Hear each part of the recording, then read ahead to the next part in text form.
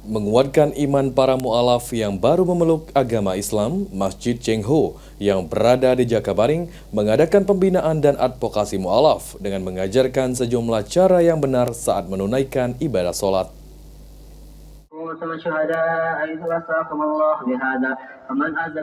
30 mu'alaf Kota Palembang hadiri pembinaan dan advokasi mu'alaf di Masjid Cheng Ho Jakabaring, di mana dalam pelaksanaan kegiatan ini, para mu'alaf yang baru memeluk Islam diajarkan tata cara sholat dan mengambil wudhu yang baik dan benar.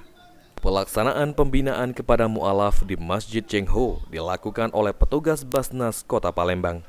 Imam Warmansyah selaku Ketua Mu'alaf Center Basnas Palembang mengatakan jika Masjid Cheng Ho akan terus dilakukan pembinaan advokasi kepada mu'alaf. Pertama di bulan Ramadan ini kita kembali berhasil Allah takdirkan untuk memberi manfaat khususnya kepada para mu'alaf. Dari bulan Oktober kita diresmikan oleh Wali Kota Palembang. Alhamdulillah di kita ternyata sekarang sudah 10 orang yang bersyahadat, sehingga rata-rata tiap bulan itu 2 orang bersyahadat ikrar dari berbagai macam kepercayaan sebelumnya. Nah, kita tidak akan meninggalkan itu saja saudara-saudara baru kita ini.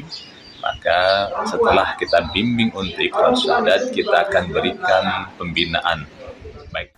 Salah satu mu'alaf yang menjalani pembinaan di Masjid Cheng Ho mengaku cukup senang dan terbantu dengan pembinaan ini karena bisa mendapatkan ilmu cara beribadah agama Islam yang baik dan benar.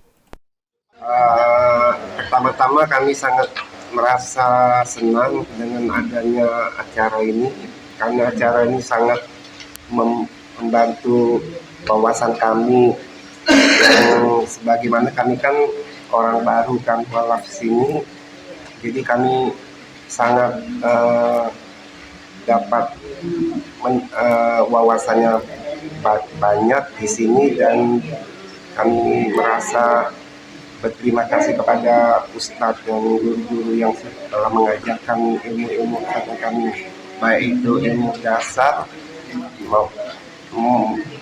maupun ilmu yang nanti untuk kami melangkah ke dalam masyarakat.